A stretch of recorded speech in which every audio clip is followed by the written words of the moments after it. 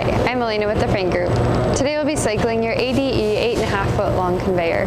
This machine is currently set to 3-phase, 480 volts. We recommend reading the manual in its entirety before powering on the machine.